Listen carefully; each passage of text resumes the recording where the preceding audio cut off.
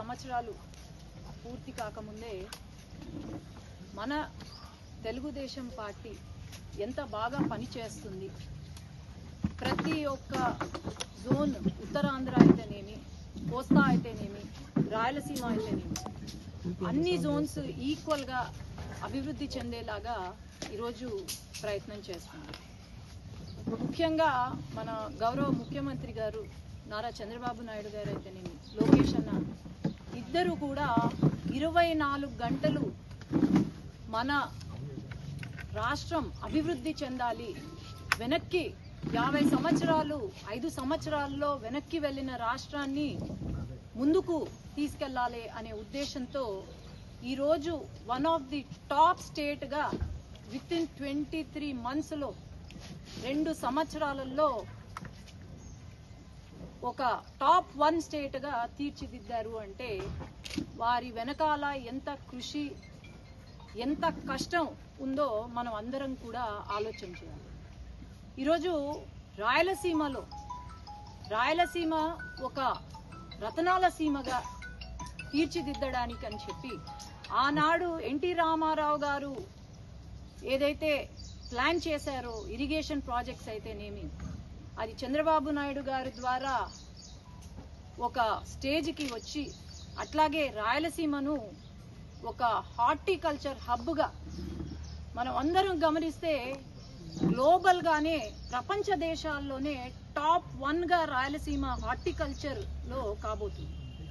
ఇప్పటికే దాదాపు 300 మండలాలలో ఈ హార్టికల్చర్ ఏదైతే ఉందో 30,000 కోట్ల నుండి 40,000 కోట్లతో పెట్టుబడులు పెడుతూ, అట్లాగే 8 లక్షల హెక్టార్ల నుండి 14 లక్షల హెక్టార్లకు విస్తీర్ణ చేసుకుంటూ ఒక హార్టికల్చర్ కి సంబంధించిన స్టోరేజ్లు అయితేనేమి, అట్లాగే అక్కడ కావాల్సిన ఇంపోర్ట్స్ ఏవైతే ఉన్నాయో ఎలా చేసుకోవాలి ఏంటి అని పక్క నుండి ఒక హార్టికల్చర్ హబ్గా మారుస్తున్నారు రాయలసీమ. అట్లాగే గ్రీన్ ఎనర్జీ హబ్గా మారుస్తున్నారు. ఒక పక్క గ్రీన్ ఎనర్జీ హబ్, ఒక పక్క మ్యానుఫ్యాక్చరింగ్ యూనిట్స్, కియా అయితేనేమి, రాయల్ ఎన్ఫీల్డ్ అయితేనేమి, ఇలాంటి ఎన్నో పరిశ్రమలు మన రాయలసీమకు వస్తున్నాయి. నిన్న రాయల్ ఎన్ఫీల్డ్ తీసుకొస్తే 1000 మందికి ఉద్యోగాలు ఈ రాయల్ ఎన్ఫీల్డ్ ద్వారా వస్తాయి. అట్లాగే చుట్టుపక్కల పరిశ్రమలు పెరుగుతాయి. అట్లాగే ఈ రోజు కూడా శంకుస్థాపన చేస్తున్నారు. ఎక్కడైనా దేశంలో ఫైటర్ జెట్ మ్యానుఫ్యాక్చరింగ్ యూనిట్ ఈరోజు రాయలసీమలో మన పుట్టపర్తిలో శంకుస్థాపన చేస్తున్నారు, మొదలవుతుంది అంటే మనం అందరం కూడా గర్వపడాలి. 2019 నుండి 24 వరకు వైఎస్ఆర్సీపీ ప్రభుత్వం ఏదైతే ఉందో వాళ్ళు ఏమైనా అభివృద్ధి చేశారా రాయలసీమకు అని నేను ప్రశ్నిస్తున్నాను. ఈరోజు రాయలసీమలో ఉన్న ప్రజలు రాయల్గా బతకాలని చెప్పి మన ముఖ్యమంత్రి గారు ముందుకు తీసుకెళ్తుంటే, అభివృద్ధి ఎలా, సంక్షేమం ఎలా అని ముందుకు తీసుకెళ్తుంటే, మరి ఆనాడు వైఎస్ఆర్సీపీ ప్రభుత్వం ఉన్నప్పుడు ఏం చేశారు అని నేను అడుగుతున్నాను. ఆనాడు ఒక్క పరిశ్రమ లేదు. మనం అందరము చూసాము. ఒకే రోజు దాదాపు 10,000 మంది ఎక్కడో హైదరాబాద్కి, బెంగళూరుకి వలసలు వెళ్ళిన రోజు మనం చూసాం. కానీ ఈ రోజు పక్కన జిల్లాల నుంచి, పక్కన రాష్ట్రాల నుంచి మన రాష్ట్రానికి వలసలు వస్తున్నారు. ఎందుకు? పెట్టుబడులు ఎక్కువ ఉన్నాయి, ఉద్యోగాలు వస్తాయి, ఇక్కడ బాగుంది అనే ఉద్దేశంతో ఇక్కడికి రావడం జరుగుతుంది. మరి ఇంత చేస్తున్నా కూడా వైసీపీ వాళ్ళు కొత్తగా ఒక గేమ్ మొదలు పెట్టారు. ఏంటి అంటే 2 కులాల మధ్యలో లేకపోతే మతాల మధ్యలో చిచ్చు పెట్టే విధంగా, శాంతి భద్రతలకు భంగం కలిగేలాగా ఈరోజు ప్లాన్ చేయడం. ప్రతి జిల్లాలో ఒక ఇష్యూని టేకప్ చేసి, ప్రతి జిల్లాలో చిల్లర ఇష్యూస్ని టేకప్ చేసి, లేకపోతే మతాల మధ్యలో లేకపోతే కులాల మధ్యలో చిచ్చు పెట్టడానికి రౌడీ మూకలను దింపి, ఒక్కొక్క జిల్లాలో రౌడీ మూకలను దింపి ఈరోజు రాజకీయం చేయాలి అని అనుకుంటున్నారు. ఆనాడు పవర్లో ఉన్నప్పుడు ఇదే రాజకీయం చేశారు, ఇలాంటి రౌడీయిజం చేశారు. పవర్లో లేనప్పుడు కూడా ఇలాంటి రౌడీజమే చేస్తున్నారు.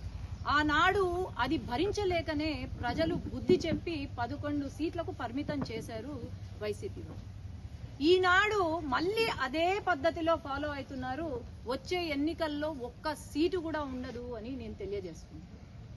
నిన్న కర్నూలులో జరిగిన విషయం యాక్చువల్గా అయితే అట్లాంటి రౌడీ మూకల గురించి మనం మాట్లాడాల్సిన అవసరం కూడా లేదు. కానీ ప్రజాప్రతినిధులుగా ప్రజలచే ఎన్నుకోబడిన నాయకులుగా మాకు సంక్షేమం ఎంత ఇంపార్టెంటో, అభివృద్ధి ఎంత ముఖ్యమో, ప్రజా రక్షణ, ప్రజల పీస్ఫుల్గా ఉండాలి అనే భద్రత కల్పించాలి అనే బాధ్యత కూడా మా పైన ఉంది. నిన్న అంతా జరిగిన తర్వాత నేను అడిగాను, ఏంటి అసలు ఏమి అంత రెచ్చిపోతున్నారు ఒక్కొక్కరు, ఇప్పుడు వరకు కనిపించని నాయకులు కూడా వచ్చి ఏందేందో మాట్లాడుతున్నారు అని అడిగితే, అసలు ఎస్వి మోహన్ రెడ్డి గారు చాలా సీనియర్ వ్యక్తి, ఆయనకి ఎంతో అనుభవం ఉన్న వ్యక్తి. స్క్రాప్ వాళ్ళను వేసుకొచ్చి పక్కన ఆయన మాట్లాడుతూ ఉంటే, ఆ స్క్రాప్తో మళ్ళా మాట్లాడిస్తుంటే, మరి నేను ఒకటే ప్రశ్న, దీని గురించి ఫైట్ చేస్తున్నారు మీరు? ఒకడు అంటాడు వైసీపీ నాయకుడు. ఇంకొక విషయం, నిన్న ఏదైతే ధర్నా చేశారో ఒక 200 మంది ఉండొచ్చాడు. ఆ 200 మందివి చిట్టా తీస్తే ప్రతి ఒక్కరి పేర్లు అక్కడ ఎవరున్నారు ఏంటి అనేది ప్రతి ఒక్కరి పేరు, వారి చిట్టా, వారి చరిత్ర అన్ని లిస్ట్ వచ్చాయి. దాంట్లో సగం మంది గంజాయి బ్యాచ్, ఇంకొంతమంది కిడ్నాప్ చేసేవాళ్ళు, ఇంకొంతమంది అటెంప్ట్ మర్డర్లు ఉన్న వాళ్ళు, ఇలాంటి బ్యాచ్ వేసుకొని ధర్నా చేస్తారు. అది ఏంటంటే పేరెత్తితే చాలు ఓ అని అరుస్తారు. అది ఎవరు పేరెత్తినా అరుస్తారు. మా పార్టీ వాళ్ళ పేర్లు ఎత్తినా అరుస్తారు, వాళ్ళ పార్టీ పేరెత్తినా అరుస్తారు. అంటే ఏమన్నా పేడు ఎన్నిసార్లు ఓ అని అరుస్తే ఏమన్నా డబ్బులు ఇస్తారో నాకైతే తెలియదు. అక్కడ ఉన్న వాళ్ళు 50% ఎవరెవరు నా పైన సోషల్ మీడియాలో ఒక పోస్ట్ పెడితే గలీజ కామెంట్స్ పెట్టేవాళ్ళు ఎవరో నాకు తెలుసు. నిన్న చాలా గొప్పగా బాలు అని ఒక మనిషి పేరెత్తి అన్యాయం చేస్తున్నారు తెలుగుదేశం పార్టీ వాళ్ళు అని అంటున్నారు. అసలు ఎవరు ఇతగాడు ఎవడు, ఆయన చరిత్ర ఏంటి?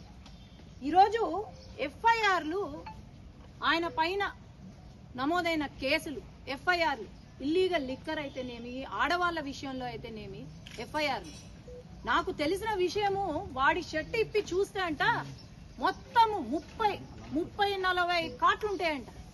ఓ 10 మంది అమ్మాయిల పేర్లుంటాయంట.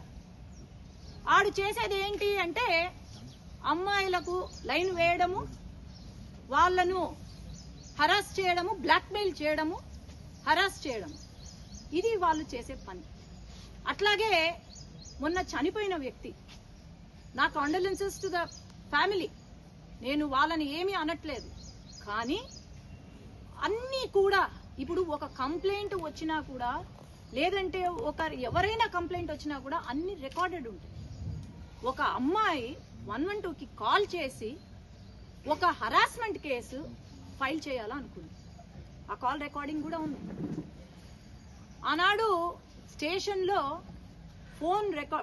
ఆయన ఫోన్ తీసుకున్నారు.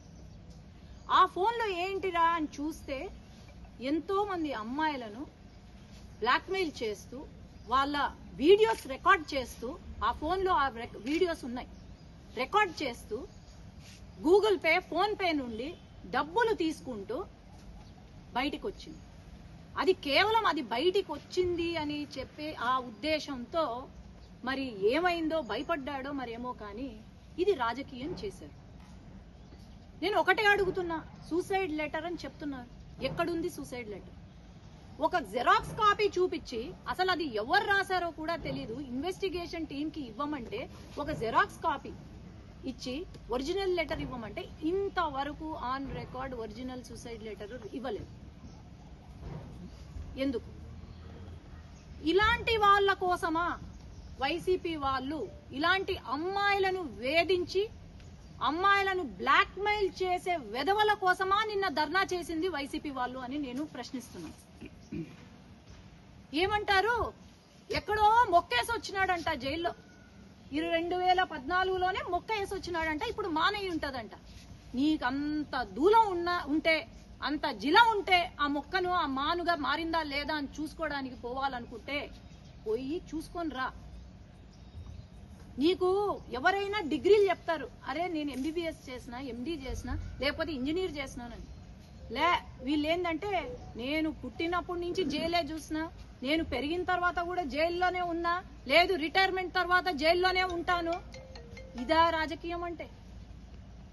ఇదా వీళ్ళు చేసేది? ఒక మినిస్టర్ గారి నింద వేసే ముందు 40 కోట్లు 20 కోట్లు కబ్జా చేసినారు అని నింద వేసే ముందు ప్రూఫ్స్ చూపి, ప్రూఫ్స్ తో పాటు మాట్లాడితే నీ పైన నమ్మకం ఉంటది ప్రజలకు. ఒక ఆర్యవైశ్య కమ్యూనిటీకి సంబంధించిన ఒక మినిస్టర్, మనకందరికీ తెలుసు ఈ దేశంలోనే మొత్తం ఆర్యవైశ్యులు ఎవరైనా దేవుడికి భయపడి భక్తి ఉన్న వ్యక్తులు అంటే ఆర్యవైశ్యులు. వాళ్ళు ఎప్పుడూ కూడా ఇటువంటి పని చేయరు. అది అంటాడు బిజినెస్లు ఉన్నాయి, వాళ్ళకి ఇన్ని కోట్ల డబ్బులు ఉన్నాయి.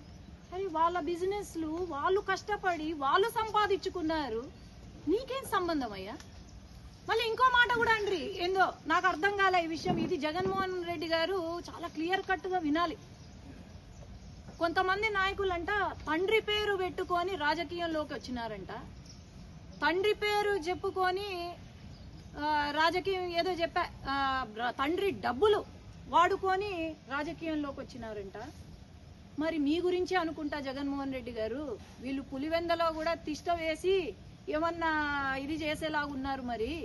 మరి జగన్మోహన్ రెడ్డి గారు, వైఎస్ రాజశేఖర్ రెడ్డి గారు వారి తండ్రి పేరు చెప్పుకొనే రాజకీయాల్లోకి వచ్చాడు. వాళ్ళ తండ్రి పేరు చెప్పుకొని ఈ రోజు ప్రతి ఒక్కటి వాళ్ళ తండ్రి పేరుతోనే జరుగుతుంది. మొత్తం వాళ్ళ తండ్రి డబ్బులతోనే కదా ఆనాడు జరిగింది, ఎన్నికలు గెలిచింది. మరి మీ గురించి చెప్తున్నట్టున్నారు. మరి ఆలోచన చేయండి. ఈ రౌడీ వెధవలు పంపించడం మరి మీ పార్టీకే నష్టం, గాని మాకు ఇంకా మంచిది ఇలాంటి రౌడీ వెధవలు వస్తే. గాని నేను ఒకటే చెప్తున్నాను, ఈ రోజు మాత్రము ఏవైతే కేసులున్నాయో వైసీపీ హయాంలో వాళ్ళు తప్పులు చేసి కేసులు ఏవైతే క్లోజ్ చేపించినారో, ఏవైనా కావచ్చు, అవి బాంబ్ బ్లాస్ట్ కేసులు కావచ్చు, లేదంటే ఒక మైనర్ కిడ్నాపింగ్ కేసులు కావచ్చు, మర్డర్ అటెంప్ట్లు కావచ్చు, లేకపోతే ఈ చిన్న కేసులు కూడా ఈ రోజు రీఓపెన్ చేసి దాన్ని సమగ్రంగా ఇన్వెస్టిగేషన్ చేసే బాధ్యత మేము తీసుకుంటాం. అట్లా లైక్ చేయండి, షేర్ చేయండి, సబ్స్క్రైబ్ చేయండి. మరిన్ని వీడియోల కోసం బెల్ సింబల్ పై క్లిక్ చేయండి.